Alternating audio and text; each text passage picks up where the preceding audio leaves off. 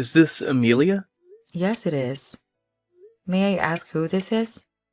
Of course. This is Robert speaking. Robert Wilson. By the way, I had plans to stop by your offices today. Oh, of course, Mr. Wilson. We're expecting you at about 4 o'clock this afternoon. Yeah, that's right. I've got a meeting scheduled with the marketing team. Anyway, thanks for allowing me to reach out. I genuinely appreciate it. I hope I didn't come off as too pushy or anything.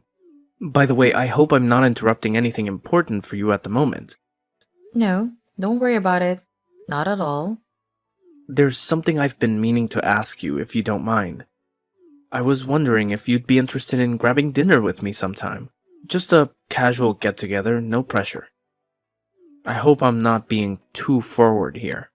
Just thought it would be nice to spend some time together outside of work. No, not at all. I would be delighted to join you. Well, that's fantastic to hear. It's a relief, honestly. I was a bit unsure of what to do if you had said no. To be honest, I've been contemplating asking you out for quite some time now. I would absolutely love the opportunity to get to know you better over dinner. Oh, really? I don't know what to say. Well, I am very flattered. You know, when it comes to my love life, things haven't exactly been smooth sailing for me. I'll be the first one to admit that I'm not the most naturally romantic person out there. By any chance, are you available at some point next week? It would be great to find a time that works for both of us. Yeah, sure. I don't think I have anything going on. Awesome. As a general rule, I finish work around 6, unless there's an unexpected occurrence. Occasionally, we receive calls from our customers in France later in the afternoon regarding certain matters. Oh, really? That's interesting. So, do you happen to speak French?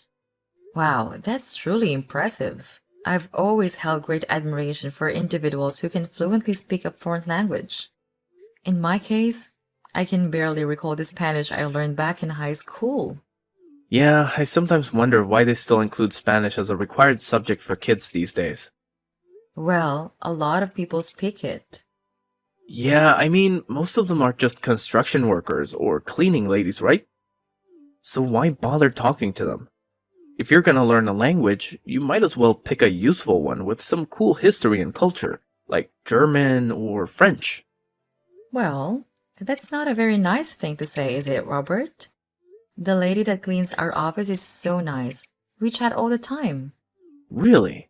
You're such a nice girl. Now, let me see, I'm thinking where exactly we can meet. Hey, how about we meet up at a spot that's halfway between our offices?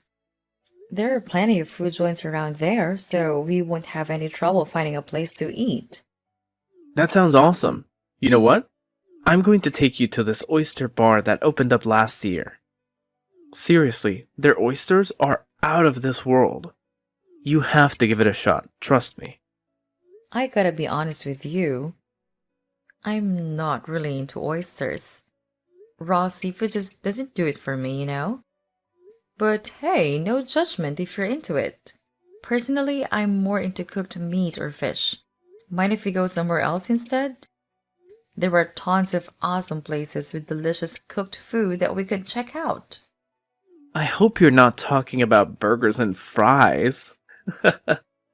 Oh, it seems like oysters are off the menu, huh? But hey, there's a great Indian spot nearby that I know. Not too far from here, actually. It's a bit of a walk from your office, so why don't I just swing by and pick you up? Indian? I gotta admit, Robert, I haven't really tried Indian food before. I'm just a regular all-American girl with simple preferences like meat and potatoes. I guess so. But listen, why don't we just go to the Indian place? Trust me, you're going to love it. Well, I'm not too sure. To be honest, I'd be just as happy with a delicious pastrami grinder and some crispy fries. There's this super cozy place I know. No way we're hitting up a diner. Are you joking? The cleaning crew for this building is all about those diners. Hey, I gotta rush to a meeting, but I'll hit you up later about our meetup spot. I'll make sure to book a table for two at the Indian joint, alright?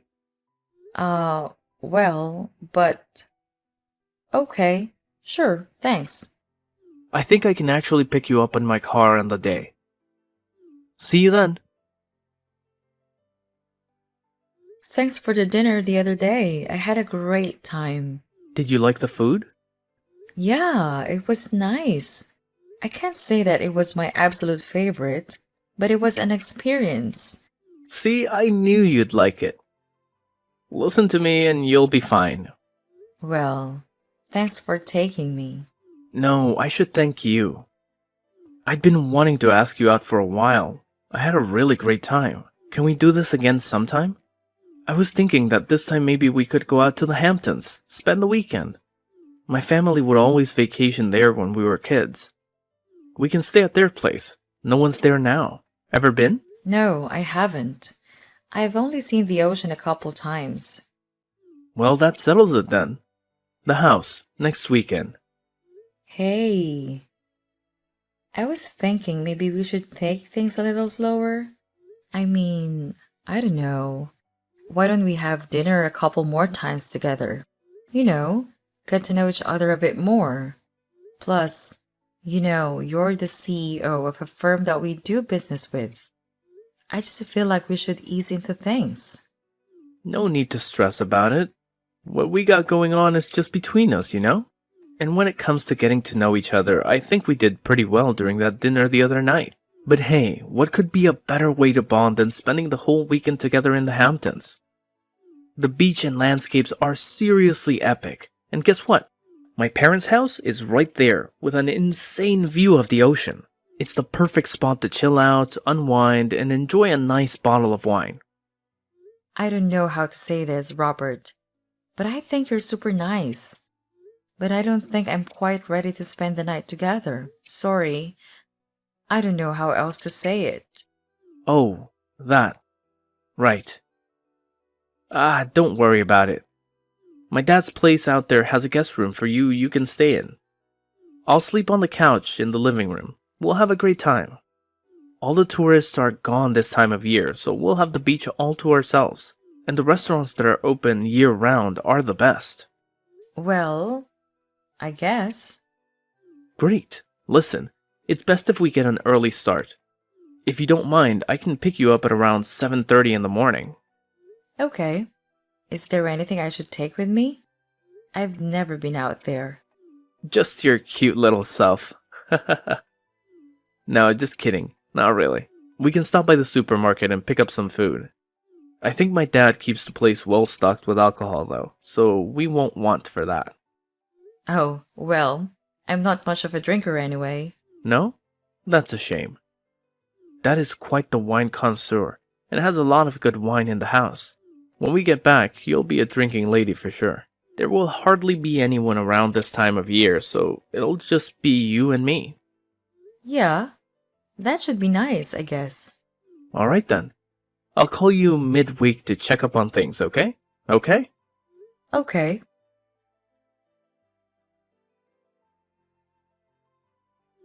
Hey, Amelia. I dropped by the other day, but you weren't in. Where were you? I was expecting to see you. What day did you come by? Last Wednesday, at about 3. You want to tell me where you were? Oh, right. I was on my break. I usually take a break with the girls at about 3. Nice to know. You never told me that. I went out of my way just to come over to see you, you know? Sorry, Robert. I didn't know you were going to come by. You should have called me first. I can always change the time. Oh, so now I need to make an appointment to see you.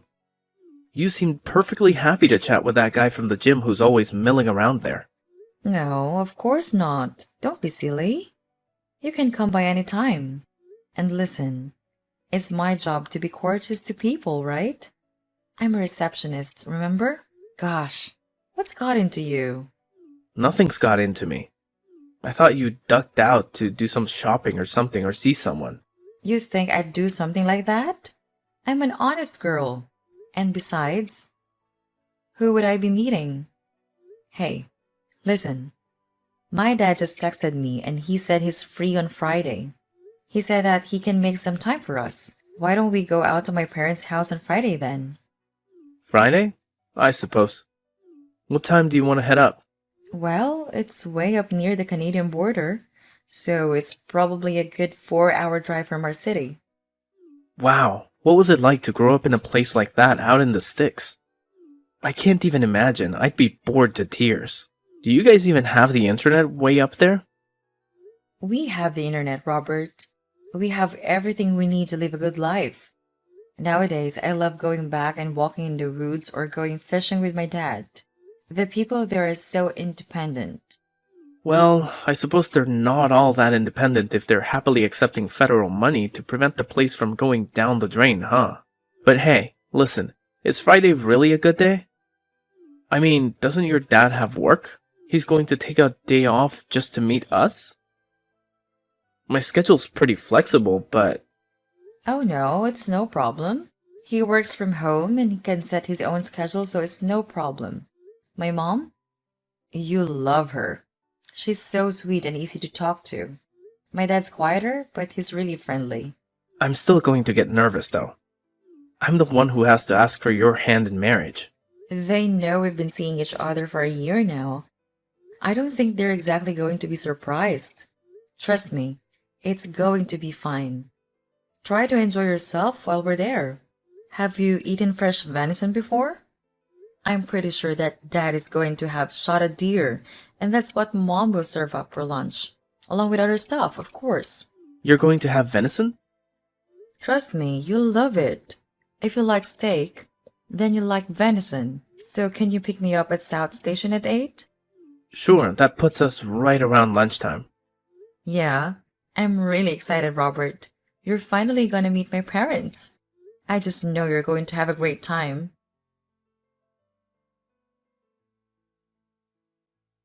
Robert, what's going on? You haven't answered my calls at all. Oh, hey, sorry. Listen, I'll get right to the point. So, yeah, the wedding is off. I can't do it. What are you talking about? I'm talking about the dump I stumbled upon up in Vermont. Seriously, you guys live in a freaking hovel for crying out loud. It's like some backwoods Daniel Boone territory. What the hell is going on up there? What are you talking about? I don't know what you mean. The house? What about it? The house, the area. I mean, Emilia, I need to marry someone more or less of the same background. I guess now I know why you wanted to get out of there so bad. I can't marry someone like you. I mean, what were you thinking? I can't take someone of your background as my wife. I can't believe what I'm hearing right now. Robert, please tell me you're joking. Where is this coming from? Oh, please. You think I'm joking? You actually expect me to marry you? Get real. I'm not some hick from your world. My family isn't a bunch of ignorant bumpkins like yours. I'm starting to think that you're just after my money, more than anything else. It's crystal clear to me now, actually. Your dad doesn't lift a finger, and your mom is the one scrapping by to support your sorry family, isn't she? Gotta hand it to you. You've done a fantastic job of hiding your humble origins. You've even managed to acquire a somewhat decent way of speaking. Impressive, I must say. Robert, you better be careful with what you're saying because you're way the hell off base. How dare you say that about my parents? Look, I'm just calling it as I see it. It's a good thing I found out before we got hitched. I can't just marry any riffraff. I'm going to have to carry on the Wilson legacy someday, and I need a wife who is from the same social class as I am. Oh my god. Wow. We are starting your true colors now, aren't you, Robert? So now I know what's important to you. God, I feel like a fool. The whole time we were having lunch, you were looking down on us in our own home? Thinking we're riffraff and hicks? Don't worry. We can call the wedding off. That's for damn sure. We're way past that, Robert. Don't talk to me when you come by the company. Oh, believe me, I won't. So don't get all angry at me. I'm the one who should be angry. What would I want with a hick from the North Woods who's after my money? So long, hick. In fact, don't go telling anyone that we were dating for a whole year. If it gets out that I was gonna marry some hick from Vermont, I'd never live that down. Wow. Robert, now I can see how ugly you are inside. Whatever, Amelia. You're the one who never told me that you were dirt poor. It's all about compatibility. You'd never be able to fit into my world. I have a certain reputation to uphold.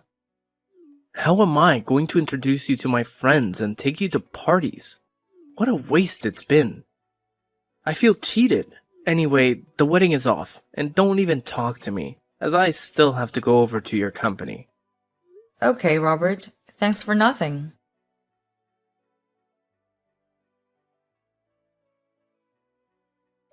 This is Mr. Davis, Amelia's father. I'm sorry for contacting you out of the blue like this. There are a couple of things I'd like to clear up. Sir, I've already spoken to Amelia, and the wedding is off. I've nothing further to say to anyone about it. I understand that, but there are just a couple of things I want to tell you, in fairness to my daughter. I think you're misconstruing things, and quite badly, too. Emilia told me about your misgivings about her upbringing and social class. Our family was quite taken aback. Oh, well, sir, I don't know what you want from me. With all due respect, I think I saw all I needed to see while I was there. See, that is the first of your misperceptions, son. Don't judge a book by its cover. And, speaking of books, I'm a writer, not a bum as you implied to Emilia. Well, I suppose anyone can call themselves a writer these days now, can't they? I've written a blog before, so I guess I'm a writer too, right? I write for a living. Actually, Robert, I've been on the New York Times bestseller list, if you need to know. In fact, my wife and I could easily retire with the royalties I make. Emilia works down in Boston because, well, she wants to experience city life. She has a trust fund, so if she didn't want to work, she wouldn't have to. When we pulled up to your house, it sure didn't look like the house of a famous writer, I can tell you that. Again, Robert, you are off the mark. When you were up, did you notice in the distance a rather large group of horses back in that bluish house? I think I saw you looking at it while we were dining. I did. What of it? Well, Robert, that's our house. The place where we all had lunch, that's actually where I go to write. I'm in the middle of a book and decided to meet you there, which I admit I don't usually do.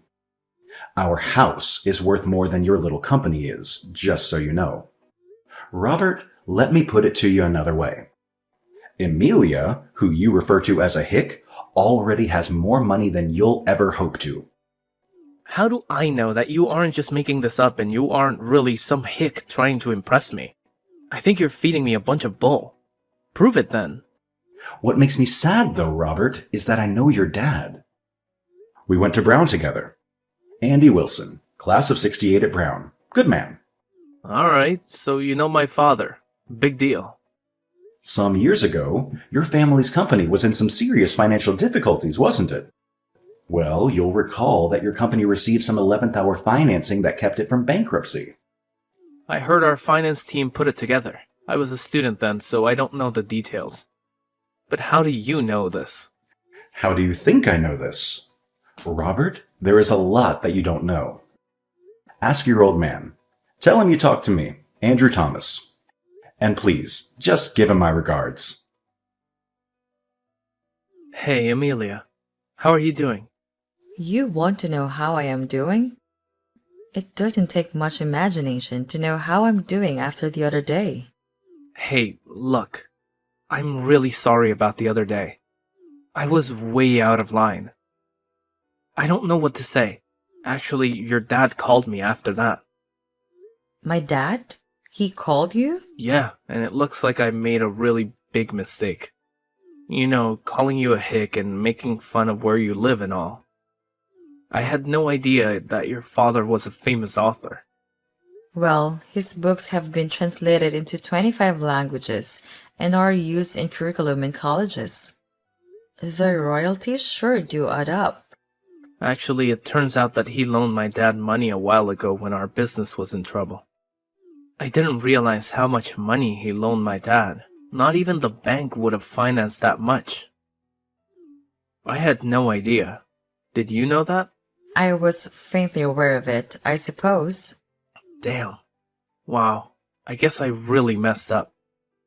Listen, I don't know what came over me then. I'm so sorry. Your prick is what came over you. Hey, come on. I really am so sorry. Can't a guy get a second chance? Oh, a second chance, you say?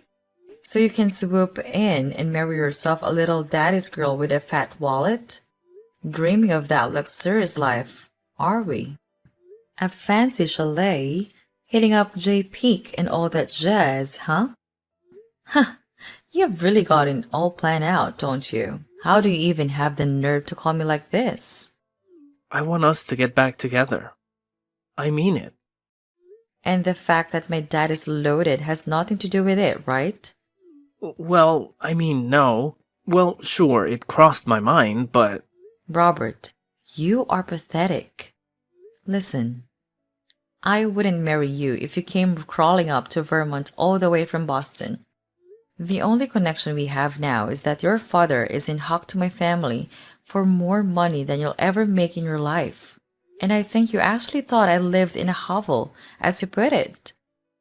You better pay us back every cent we lent you, or you and your family will be living in one for real. Hey, take it easy. Why are you so angry? Are you stupid as well? You disrespect my family after dining in our house. My mom spent the whole morning preparing lunch for us with a deer my dad went out and shot himself. They were so nice to you, and then you turn around and insult them. You don't even have the guts to tell me face to face. You know, I should have listened to that voice inside me. There were so many signs along the way that this wasn't going to go right. What do you mean? What do I mean? The demeaning things you said about where I'm from, about people who aren't like you. The way you would accuse me of meeting people when I was just on break at work. All those things just scream insecurity. I was just kidding around. Just kidding around. Right. But not just that, Robert. Asking me to spend the night at your parents' place in the Hamptons, which they should have sold to pay us back, when they weren't there, and lying to me about the guest room that wasn't there either. I didn't think it would be such a big deal. I can't believe you're bringing all of this up. That was such a long time ago. In your mind, maybe? But all that lodged in my mind, and I really should have paid attention to my gut feeling. I feel like such a dolt for not trusting my own instincts. But you know what?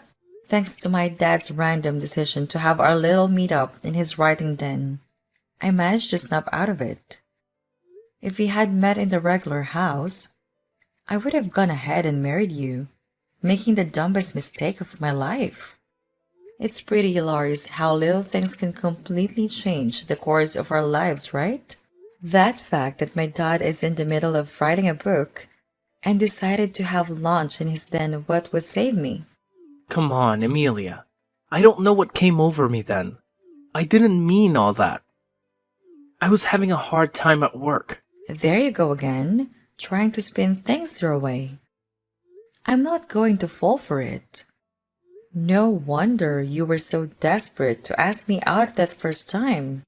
You probably couldn't get any other woman to go out with you. They also threw you to see that you were a loser. You don't have to be such a witch about it. Okay, you're rich. You're still a witch. Yep, I sure am. And I'm going to curse you to damnation. I think I'm going to ask my father to speed up the repayment schedule that your daddy has to pay us back. Yes, Robert, I know about these things. I majored in finance, remember? And my dad will listen to me. You're not going to do that. Oh, but I will. Don't worry. You'll probably have to sell your house and maybe try living in a hovel for real. You just try that and see what happens. Oh, Robert, stop with the threats, you peasant. You won't have a pot to piss in come next hunting season. No venison for you. And one last thing. All the girls in the office think you're a loser. Let that sink in. Bye now.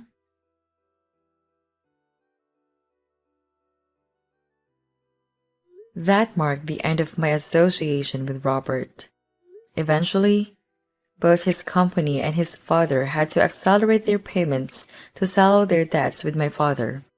It turned out they had been lagging behind on payments for quite some time, despite enjoying vacations in Florida and Costa Rica. Something we discovered later. It became evident that their company had been poorly managed for a while. Initially, my father had granted them extra time to repay us. However, when I confided in my dad about Robert's mistreatment of me, he decided to insist on resuming payments or face penalties. This proved to be the final straw, pushing them to the brink of bankruptcy. Fortunately, we were able to recover the money owed to us. As for Robert, I'm uncertain about his current situation.